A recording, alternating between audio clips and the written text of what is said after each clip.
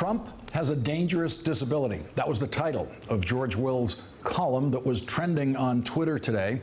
George WILL has often had the most talked about column of the day in his decades as a columnist. Today, there was an urgency to his writing. He said, "It is urgent for Americans to think and speak clearly about President Trump's inability to do either.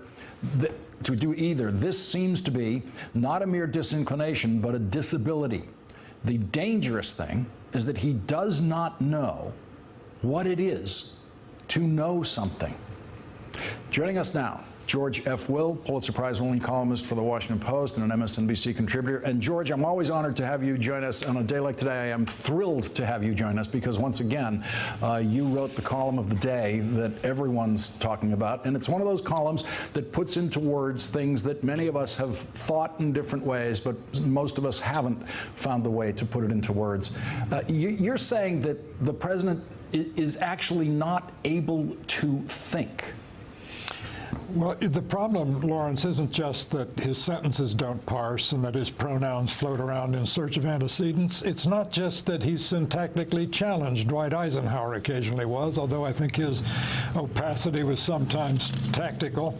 It's not just that he's given to verbal fender benders. George W. Bush had his share of those. The question is whether or not the way he talks and the judgments he makes about matters of fact, history, for example, suggests that he really is not capable of sequential thought, which is rather alarming in a president.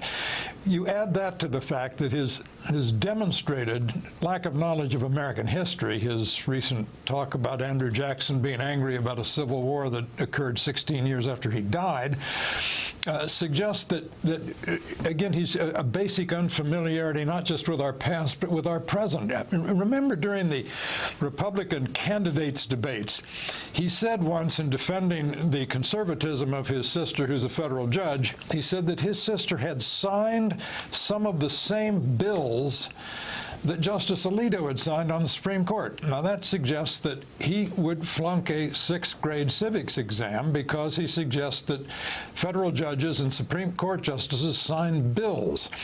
This is rather alarming. I mean, if next week he comes out and says Grover Cleveland was a stern critic of the New Deal, on the one hand, we'll be all pleased and surprised to know that he knows there was a President Grover Cleveland, but there comes a point at which this manages to be ludicrous without being at all funny.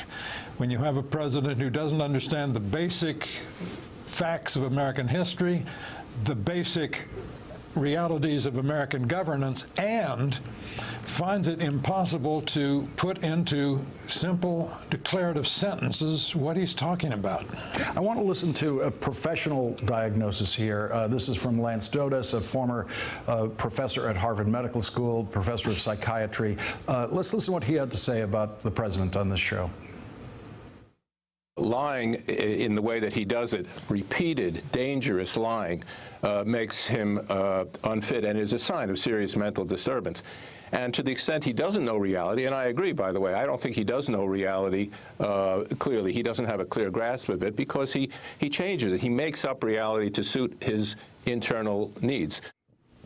George, your column scrupulously avoided any diagnosis that you're not medically qualified to make. But were you tempted? I feel your column goes right up to the border of psychiatry. Well, I stopped there purposely. First place, I'm not qualified. Second, I remember the gross abuse of psychiatry when my man Barry Goldwater, for whom I cast my first presidential vote, was running for president in 1964, and a whole slew of psychiatrists diagnosed him from a distance as having all kinds of authoritarian and other disagreeable behaviors and tendencies. I didn't want to engage in that. I'm just going by the evidence that the president continues to put in front of us in torrential amounts. And your recommendation at the close of your column is, quote, for the public to quarantine this presidency. How can the public do that? Well, the public has to communicate to their elected representatives that the elected representatives have more to fear from the public, from their constituents, than they do from Mr. Trump.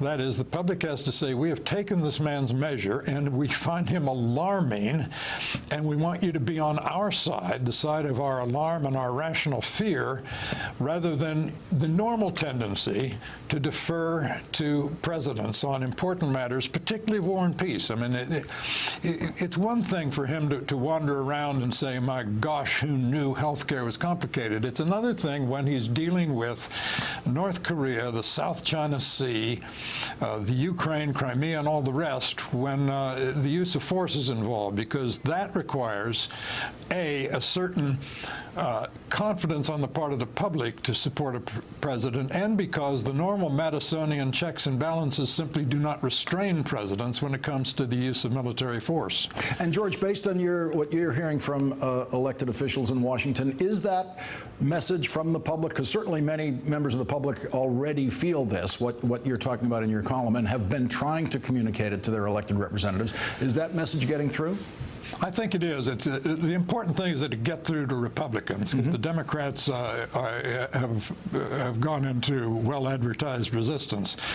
The real question is, will Republicans in Congress feel a need to defer? I think not. Now, you noticed the other day the president, when he broke new ground in presidential behavior by urging a governmental shutdown, said also, which is really none of his business coming from the executive branch, that the Senate should change its rules to get rid of the filibuster.